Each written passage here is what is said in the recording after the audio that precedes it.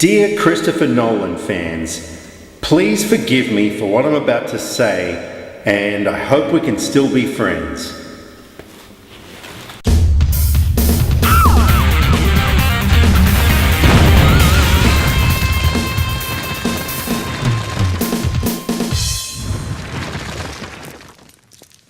Dunkirk is the new film by Christopher Nolan, and it tells a story, the true story, of an incident that took place during World War II, where hundreds of thousands of British and French soldiers were trapped on a beach at Dunkirk in France. Under constant airstrikes from German planes, it became a bit difficult for the Navy to rescue them, so they enlisted the help of a whole bunch of civilian boats, like fishing boats, etc., to come and rescue the troops. Now, before I begin this review properly, I've just got to say, I'm not one of those Christopher Nolan fans, okay? I like the guy. I mean, there's a lot of movies that the guy's done which are extraordinary, but I'm not one of those people who would put him in my list of favorite directors. I don't jump up and down when a new film is being announced that he's at the helm of. But that being said, I totally get that people do admire his work, and that's great. So going into this movie, I wasn't like, oh my god, it's a new Christopher Nolan film. So in terms of what I liked about the movie,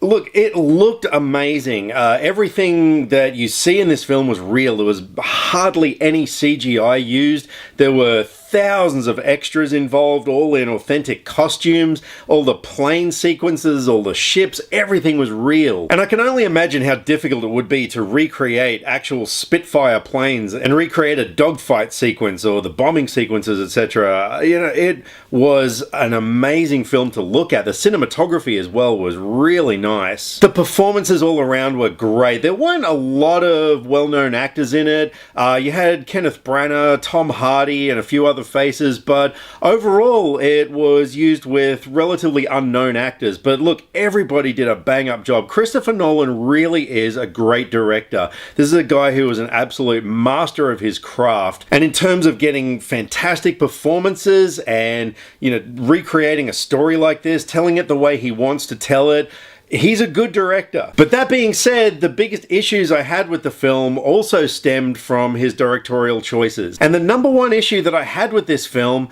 was that it was about the event. It wasn't about the characters in it. There really were no characters in this film. There was barely any dialogue. You didn't know who any of these people were. There were no backstories like we're used to seeing in a lot of war films. So I get that Christopher Nolan was aiming for that, like to make the actual event the most important part of the story, but for me, that didn't work. I really like knowing who my characters are in order to get behind them and to really feel something for them, to know why it's important that they need to get out of this situation. I mean, look, I totally understand that obviously, you know, being in a horrific war situation where you're getting bombed by Germans and stuff, like, obviously that's motivation enough to want to get out of a situation, but I don't know, this just was a very different style of storytelling, and for me personally, it just didn't really work. Aside from that, the film was told in a non-linear kind of fashion, but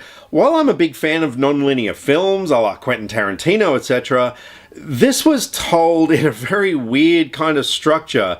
One story took place over an hour, one story took place over a day, and the third story took place over a week, involving land, sea, and air. But when you've got these stories, like, each one was told in the same time frame of this film, so like, one story was going, you know, from day to night, and then you'll be in the middle of a nighttime sequence and it'll suddenly cut to day when you're, say, you know, following Tom Hardy in his plane, and I don't know, it was a little bit disjointing. Like, it wasn't hard to follow, it just kind of took me out of the film a little bit. I did like, however, that occasionally you would see an event that would happen from two different perspectives, so that was kind of cool. And I have to admit, I didn't find Hans Zimmer's score in this film all that appealing.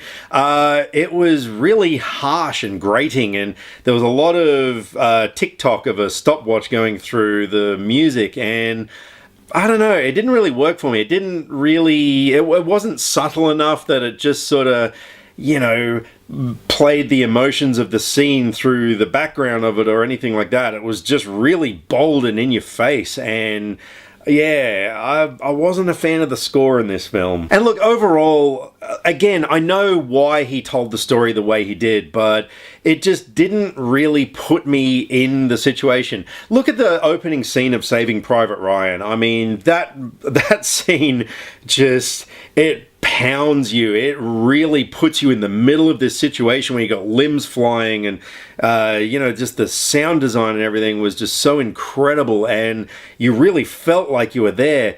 This film, and again, this is just my personal opinion, it didn't work for me. I never really felt like I was in the middle of this situation with the soldiers. I never really felt like there was a massive threat, and it was just the way that the story was told. So I wasn't a big fan of it. I don't know if I'm ever going to see Dunkirk again, and I'm going to give it a 5 out of 10.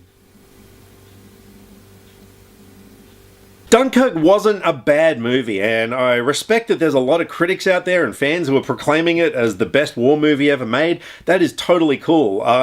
For me personally, I just didn't see it that way. So being that this movie has polarized audiences massively, you're either a fan of this movie or you're not, what did you guys think? Let me know what your thoughts on Dunkirk were. Drop me some comments either here or on Facebook. All the social media links are in the description below because I like to talk about movies and I would love to talk about movies with you.